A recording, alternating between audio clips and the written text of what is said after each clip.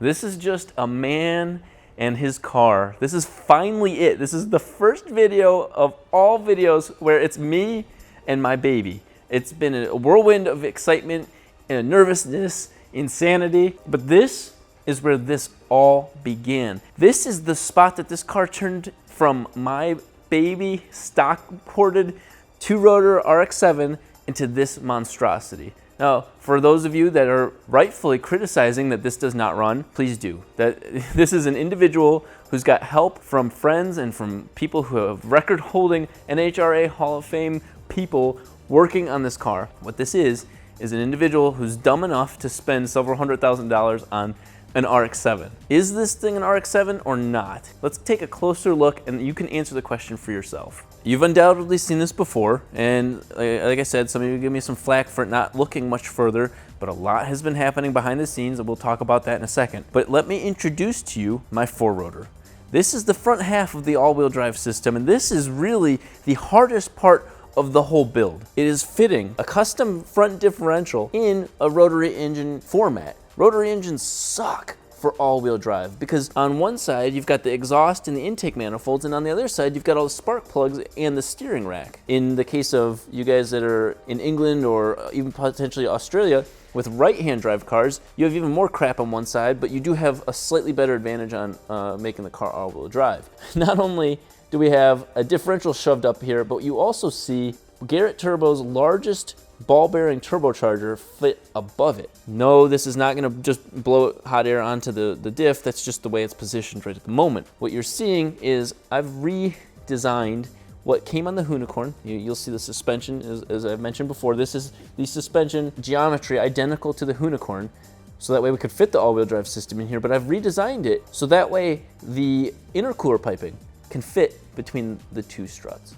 Some of the other challenges that came to this build include the positioning of the exhaust manifold and the intake manifold. So the intake manifold is being built currently, but the exhaust is clearly out from the side. You see it shoot straight out of the ports and then hook around what's going to be the front drive shaft area. This creates a very interesting challenge, is that drive shaft, to handle the amount of horsepower this front diff is going to take, that has to be almost 4 inches thick if you're going to carry it from there all the way to the center diff, or the transfer case as you might call it. Some of the most important things about this build, you see that it is 9 inches wider, but everybody that's involved in this build did not just add wheel spacers and call it a day. This is built to be 9 inches wider. This entire car, these are 10.5-inch wide rims, or wheels for some people that get weird about people calling them rims, but they're wide tires, but look at how far they are from the engine. This design actually is very similar to like a McLaren, even a Diablo, even a Lamborghini, to have a nice wide track width so the car doesn't roll as much on turns. That's more stability in the corners. What's very impressive is you see some of the details, the finer details that weren't even part of my original build spec.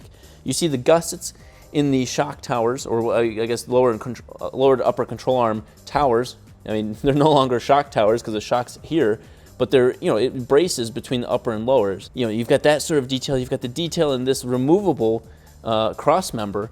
All of this work, everything you see here, all the welding, all of this was all done literally in this spot 3 weeks before Sema. It blows a lot of people's minds that this car was built in what looks like a pretty standard type of garage. This is Abel Ibarra's shop. He's an NHRA Hall of Famer. His car, his R100, is also the first and only import in the NHRA Hall of Fame. It's an animal, and those cars are here.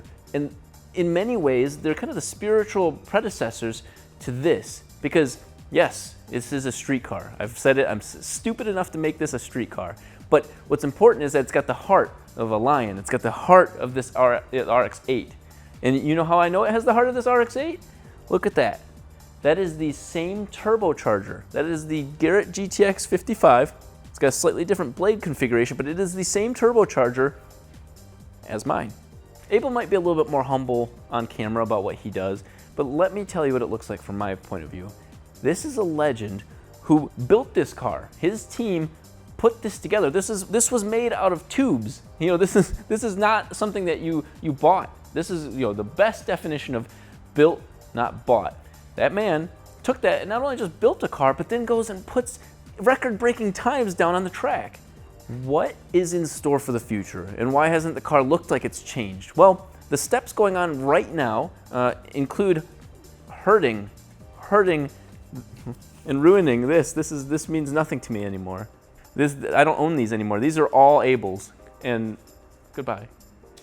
So the fact is that even every dollar counts right now. So I'm probably expecting a couple month delay. Not really a delay, but just slower progress. You know, the progress line is going to look more like this instead of up like this. So I'm expecting maybe a shakedown by June, somewhere in there. You'll see, because now I'm making videos about it. I'm showing you what's going on and taking you along for the ride. Even though there's no passenger seat, that's where you're basically strapped into.